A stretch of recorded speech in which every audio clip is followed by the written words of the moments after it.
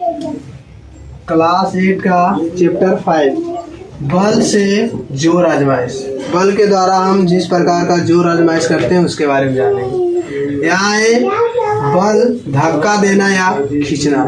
बल से हम धक्का किसी भी वस्तु को दे सकते हैं या किसी वस्तु, यदि हमारे पास अधिक बल होगा तो किसी भी वस्तु को हम आसानी से खींच सकते हैं। ये किसके कारण होता है? बल के कारण। बल अन्योन्य क्रियाओं के कारण लगते हैं। अलग अलग क्रियाओं के कारण बल लगते हैं और अलग अलग माध्यम से भी लगते हैं, और बल भी अलग अलग प्रकार के होते हैं। सामान्यतः बल दो प्रकार के होते हैं, एक संतुलित बल, एक असंतुलित बल।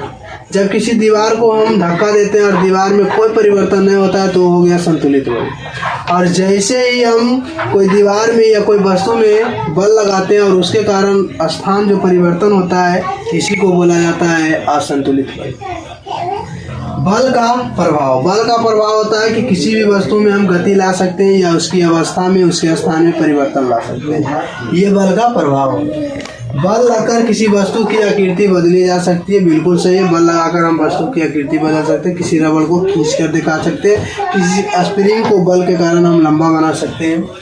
बल का प्रयोग कर किसी वस्तु को विरामा की स्थिति से गतिशील अवस्था में लाया जा सकता है। बल का प्रयोग करके ही हम विरामा से कहाँ ला सकते हैं? गतिशील में, यानी कि उसको और ज़्यादा हम, जैसे फुटबॉल आ रहा है थोड़ा कम गति से, और ये ही उसी की दिशा में अगर थोड़ा सा बल हम पुश करेंगे तो उसका गति बढ़ जाएगा।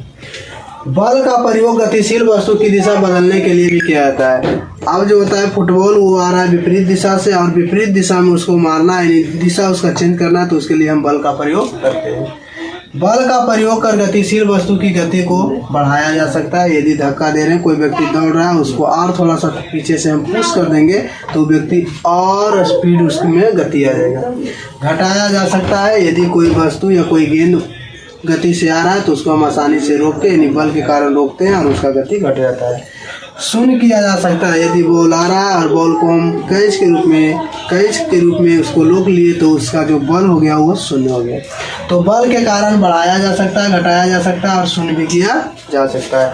इन सबों बलों का सबसे अच्छा उदाहरण है क्रिकेट और दूसरा अच्छा उदाहरण है फुटबॉल। इन सबों में गति के बढ़ाने के भी बारे में चर्चा होता है, गति घटाने की भी चर्चा होता है और गति को शून्य करने का भी चर्चा होता है। अब है बल के प्रकार।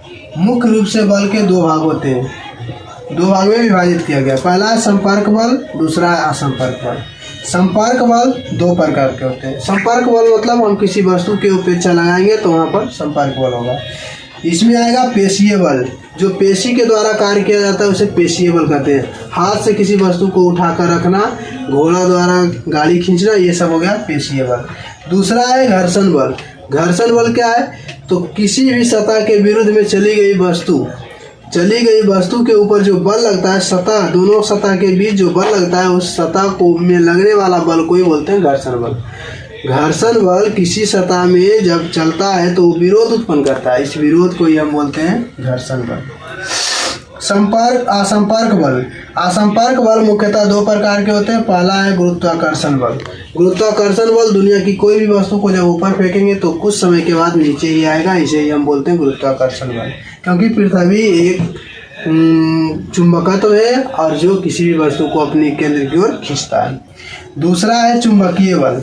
चुंबकीय बल वैसा बल जो चुंबक में मौजूद रहता है और अपने क्षेत्र में प्रसारित रहता है, उसके नजदीक जाने वाली चुंबकीय वस्तु को अपनी ओर आकर्षित करता है, उसे हम चुंबकीय बल कहते हैं। बल एक प्रकार का धक्का या खिंचाव है जिसके कारण वस्तु में गति उत्पन्न होता है। बल के कारण ही गति उत्पन्न होता है। बल का उपयोग वस्तु के आकार में परिवर्तन लाता है, वस्तु को विरामावस्था से गति अवस्था में लाता है, गति की दिशा में परिवर्तन लाता है, गति में वृद्धि करता है, गति में ह्रास लाता है। बल दो वस्तुओं के बीच अंतःक्रिया के कारण लगता है। बल में परिणाम एवं दिशा दोनों होते हैं। किसी वस्तु की चाल में परिवर्तन अथवा गति की दिशा में परिवर्तन अथवा दोनों में होने वाले परिवर्तन का अर्थ है इसकी गति अवस्था में परिवर्तन होना।